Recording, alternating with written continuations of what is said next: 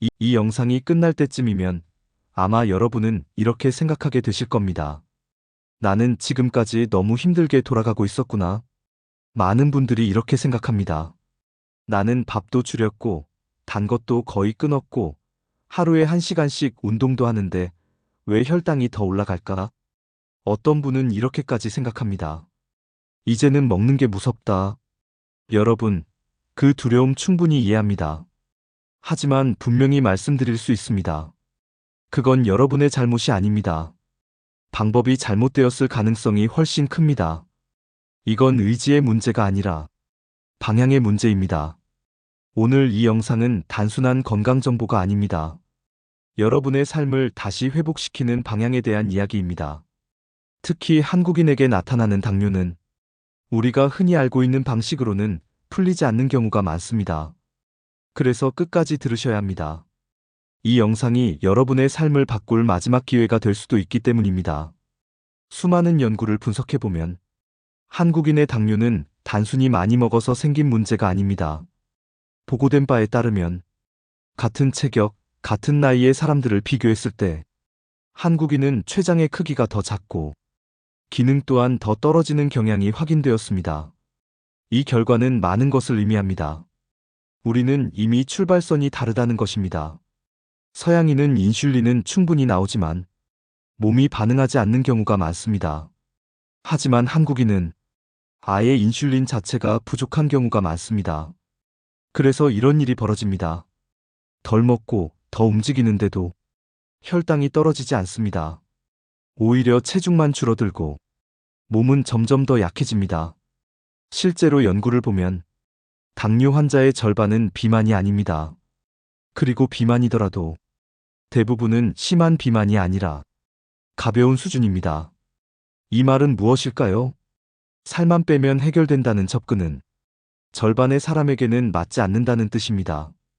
특히 마른 체형의 당뇨 환자분들은 더 큰 어려움을 겪습니다. 이미 식단도 잘 관리하고 운동도 꾸준히 하고 계십니다. 그런데도 혈당은 잘 떨어지지 않습니다. 그래서 더 줄입니다. 더 참고 더 운동합니다. 하지만 결과는 반대입니다. 몸은 더 지치고 회복력은 떨어지고 합병증 위험은 오히려 높아질 수 있습니다. 여러분, 여기서 한번 생각해 보셔야 합니다. 지금 하고 있는 방식이 정말 나를 살리는 방법일까요? 이 질문이 매우 중요합니다. 당뇨는 단순히 혈당 숫자의 문제가 아닙니다. 몸 전체 시스템의 문제입니다. 연구에 따르면 특히 한국인의 경우 4가지 축이 매우 중요하게 작용합니다. 첫 번째는 췌장입니다. 인슐린을 만들어내는 기관입니다. 두 번째는 간입니다. 혈당을 저장하고 필요할 때 꺼내는 역할을 합니다.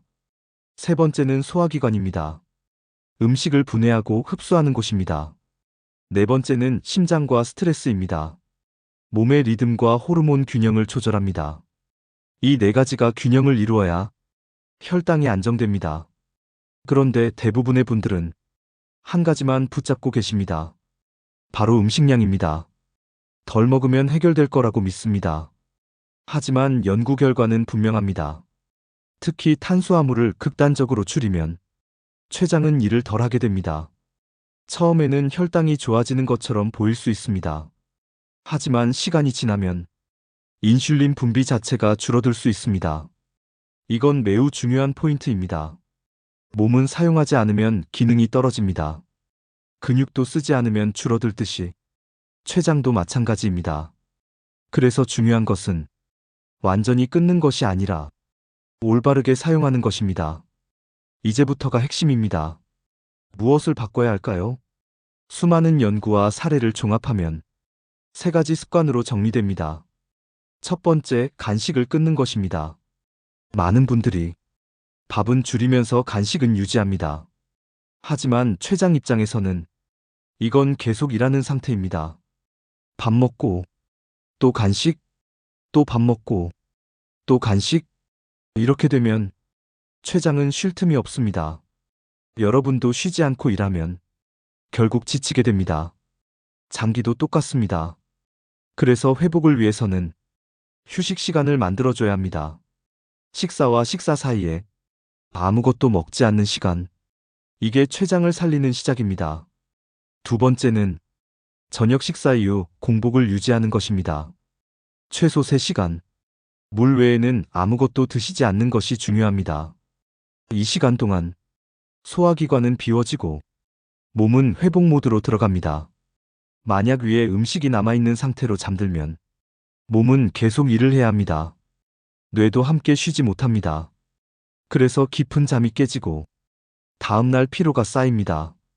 이 피로는 다시 혈당을 흔듭니다. 그래서 저녁 공복은 단순한 식습관이 아니라 회복의 핵심입니다.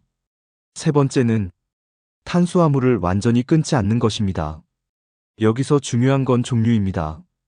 빵, 떡, 과자 같은 정제된 탄수화물은 혈당을 급격히 올립니다. 반면 잡곡이나 자연식은 천천히 흡수되면서 췌장의 부담을 줄여줍니다. 같은 탄수화물이라도 몸에 주는 영향은 전혀 다릅니다. 그래서 핵심은 줄이는 것이 아니라 바꾸는 것입니다. 이 세 가지, 간식 끊기, 저녁 공복 유지, 탄수화물의 질 바꾸기, 이것만 실천해도 몸은 분명히 반응하기 시작합니다. 여기에 두 가지를 더 더해보겠습니다. 첫 번째는 수면입니다. 연구에 따르면 수면이 부족하면 혈당 조절 능력이 떨어질 수 있습니다. 잠을 자는 동안 몸은 스스로를 회복합니다. 그래서 잠은 가장 강력한 회복 도구입니다. 두 번째는 스트레스입니다. 스트레스는 단순한 감정이 아닙니다. 몸 안에서는 실제로 혈당을 올리는 방향으로 작용합니다. 그래서 걱정이 많고 불안이 지속되면 아무리 식단을 잘해도 혈당이 흔들릴 수 있습니다. 실제로 스트레스가 줄어들면서 혈당이 안정된 사례들도 보고된 바에 따르면 존재합니다. 이 모든 이야기를 하나로 정리하면 결론은 단순합니다. 적게 먹는 것이 아니라 제대로 쉬게 하는 것이 핵심입니다. 여러분의 몸은 망가진 것이 아닙니다. 지금은 단지 지쳐있는 상태일 가능성이 큽니다. 그래서 저는 이렇게 말씀드립니다. 지금부터라도 늦지 않았습니다. 오늘 말씀드린 세 가지, 이 세 가지만 실천해 보십시오. 간식을 끊고, 저녁 이후 공복을 지키고, 탄수화물의 질을 바꾸는 것. 이것만으로도 몸은 반드시 회복 방향으로 움직이기 시작합니다. 처음에는 작은 변화일 수 있습니다. 하지만 그 작은 변화가 결국 큰 차이를 만듭니다. 여러분의 몸은 생각보다 훨씬 똑똑합니다. 올바른 환경만 만들어주면 스스로 균형을 찾아갑니다. 이제 선택은 여러분의 몫입니다. 오늘부터 무엇을 바꾸시겠습니까? 지금 이 순간 단 하나만 정해보셔도 좋습니다. 나는 오늘부터 간식을 끊겠습니다. 나는 오늘부터 저녁 이후 공복을 지키겠습니다.